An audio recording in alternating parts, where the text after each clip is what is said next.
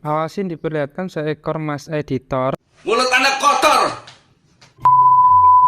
seekor kera maksud saya, yang sedang minum di pinggir sungai. Lalu Sin berpindah di sebuah kota yang sangat sibuk.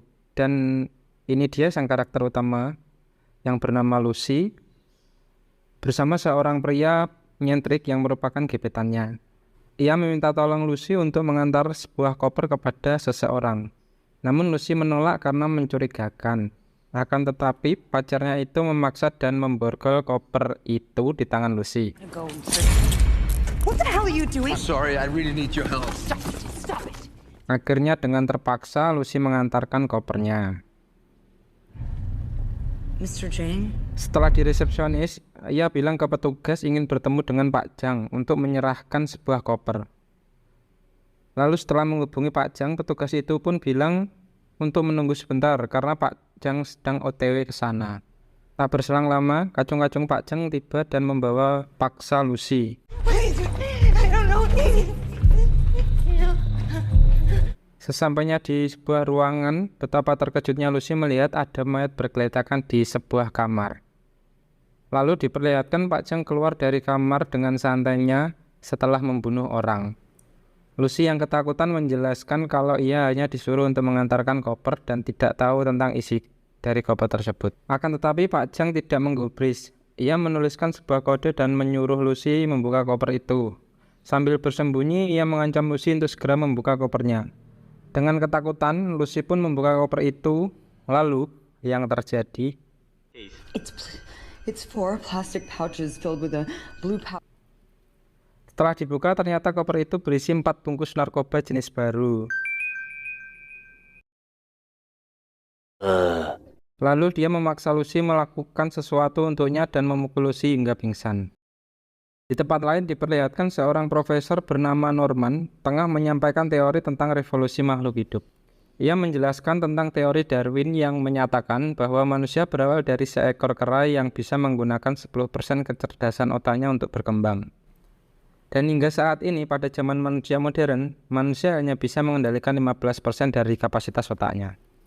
Norman juga menambahkan ada beberapa tahapan dalam penguasaan otak. Tahap pertama yaitu 20% ketika manusia bisa mengendalikan dan mengakses setiap bagian tubuhnya.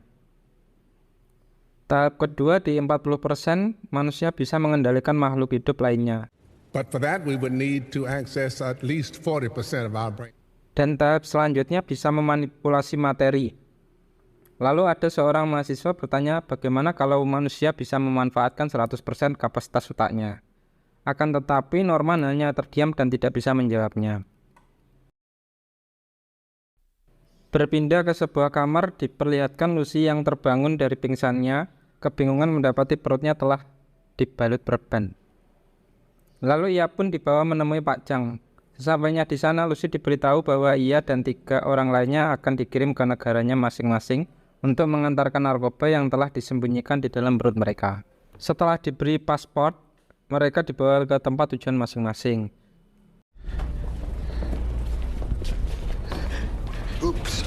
Time to think it through on the plane. Just take the flight.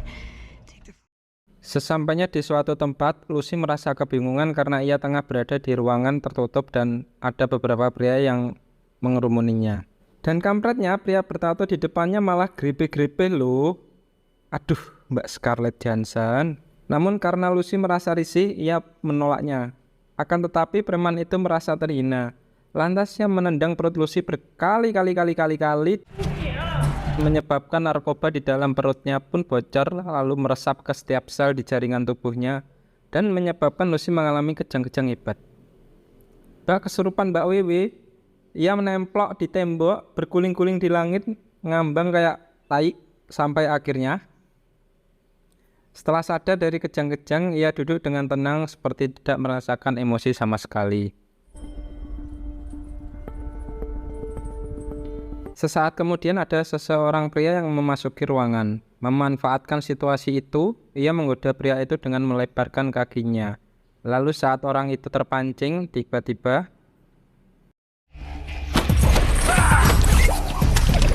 Lucy pun berhasil menumbangkan orang itu dan berhasil mengambil kunci borgol yang berada di kursi. Kemudian ia berjalan keluar lalu membunuh semua preman yang ada di sana dan memakan semua makanan di meja. Seakan tidak merasakan sakit, ia mengeluarkan peluru di bahunya menggunakan jari. Di sini bisa dilihat efek dari narkoba itu telah merubah Lucy dari seorang yang penakut menjadi tidak takut apapun dan tidak merasakan apapun.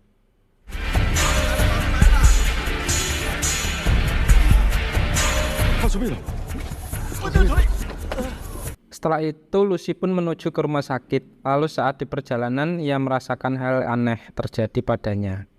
Ia bisa mendengar semua orang yang berbicara meskipun suara dari sebuah ponsel dari jarak yang cukup jauh. Sesampainya di rumah sakit, ia berjalan masuk dengan santainya sambil membawa senjata dan tidak ada seorang pun yang menyadarinya. Lalu ia pun memasuki ruangan di mana sedang ada tindakan operasi.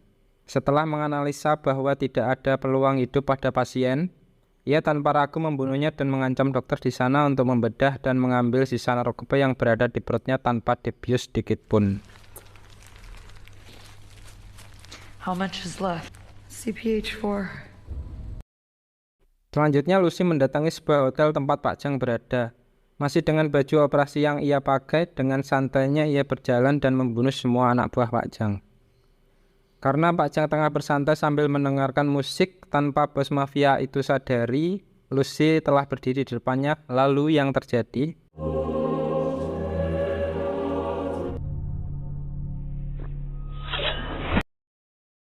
Lucy pun menusuk tangan pria itu lalu mencari informasi keberadaan penyusup narkoba yang Pak Jang rekrut di ingatannya.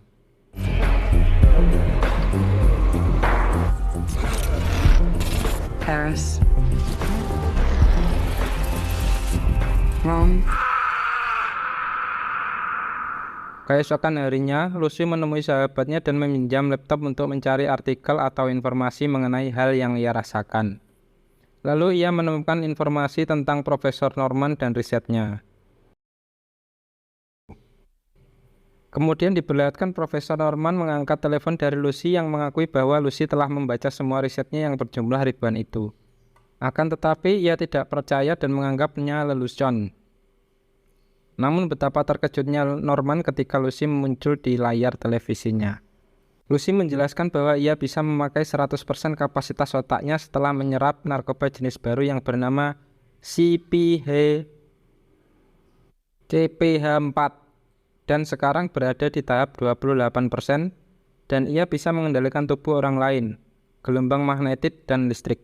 Lalu ia buktikan dengan meretas laptop, telepon, radio dan semua yang berkaitan dengan elektromagnetik. Profesor Norman pun terkejut dan tidak bisa berkata-kata. Lucy pun memutus sambungan setelah bilang dia akan segera menemui Norman. Organic. You'll be okay.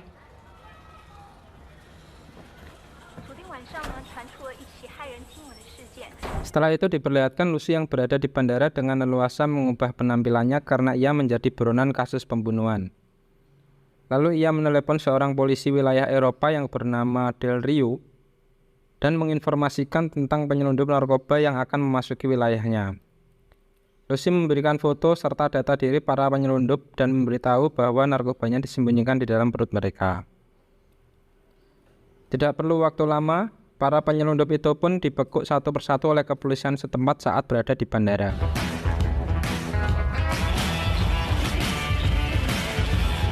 Venez avec nous. Pas l'histoire.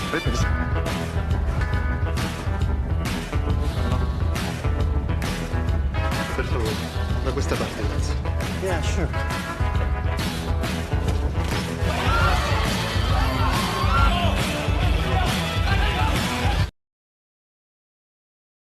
Lalu saat di pesawat, secara mengejutkan tiba-tiba tangan Lucy mulai mengelupas dan tubuhnya mulai hancur. Bahaya.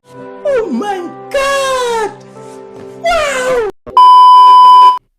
Lalu saat di pesawat, secara tiba-tiba tangan Lucy mulai mengelupas dan tubuhnya mulai hancur karena efek dari tubuhnya yang tidak mampu menampung perkembangan sel-selnya. Mukanya meleleh kayak es krim, matanya mau jatuh. Lalu untuk mencegah kehancuran dirinya, Lucy memakan semua sisa narkoba yang ia miliki.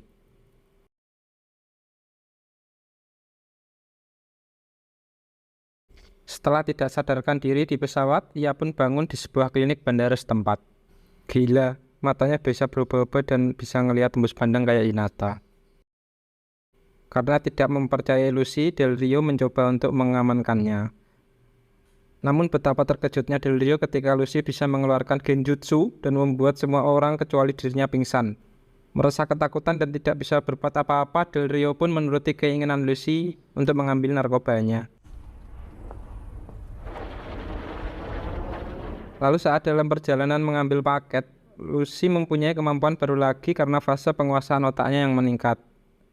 Ia bisa melihat dan meretas sinyal internet pada setiap perangkat elektronik seperti ribuan benang yang menjulur ke langit. Ia meretas percakapan Pak Jang dengan anak buahnya yang berniat menyerbu rumah sakit tempat penyelundup narkoba berada. Setelah itu Lucy dan Del Rio bergegas menuju rumah sakit yang dimaksud.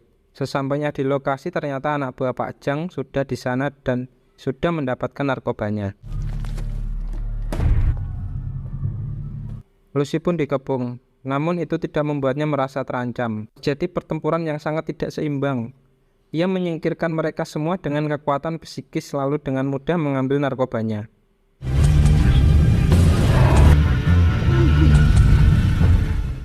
Setelah itu mereka bergegas ke tempat profesor, namun tanpa Lucy sadari, ternyata Pak Jeng melihat mereka dan mengikutinya. Lalu diperlihatkan Profesor Norman yang sedang bersama rekan-rekannya tiba-tiba mendapat telepon dari Lucy yang ketika ia memberitahu tempatnya berada, betapa terkejutnya Profesor Norman menyadari Lucy muncul di hadapannya. Di sini Lucy menemui Profesor Norman untuk mewariskan pengetahuan yang ia dapat dari efek penguasaan otaknya. Setelah itu Lucy menjelaskan ke semua orang di ruangan itu tentang bagaimana kinerja partikel di seluruh alam semesta. Ia bisa mengakses dan mengendalikan partikel-partikel tersebut. Lucy mengatakan bahwa hanya waktu yang mengatur segalanya. Tanpa waktu, partikel maupun semua yang ada saat ini tidak mungkin pernah ada. Jadi waktu adalah pengatur sejati. Ya, namanya juga pemikiran ateis yang tidak mempercayai keberadaan Tuhan. Saat Lucy tengah menjelaskan, Pak Jang serta anak buahnya berhasil menerobos masuk.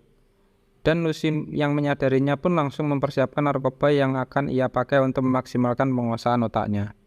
Akan tetapi Profesor Norman ragu tentang pengetahuan yang akan Lucy berikan karena menurutnya manusia belum mampu untuk menerimanya. Bisa saja karena pengetahuan yang luar biasa itu manusia akan saling berperang untuk memonopolinya. Setelah menyerap habis narkoba yang ada, tiba-tiba mulut Lucy mengeluarkan cahaya kayak Godzilla. Dan tangannya berubah kayak cairan hitam yang menyerap seluruh benda elektronik di sana. Dan tiba-tiba seluruh ruangan pun menjadi putih. Sedangkan di luar ruangan Lucy berada, Del Rio beserta pasukannya tengah menghadang Pak Jang. Lalu terjadilah pertempuran barbar di sana. Del Rio sempat kewalahan karena pasukan Pak Jang lebih banyak. Lalu tanpa diduga, tangan kanan Pak Jang tiba-tiba menembakkan bazooka yang mengenai pintu ruangan Lucy berada dan membuat kesadaran Lucy berteleportasi ke Menara Eiffel. Ia pun bisa berpindah-pindah tempat dan memanipulasi waktu. Lucy bisa memundurkan waktu sampai zaman prasejarah saat dinosaurus masih berjaya.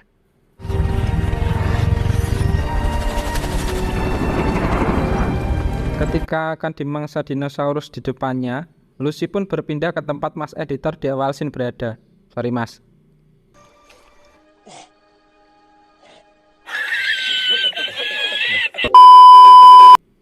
Ia bisa melihat awal terbentuknya alam semesta yang berawal dari kekosongan.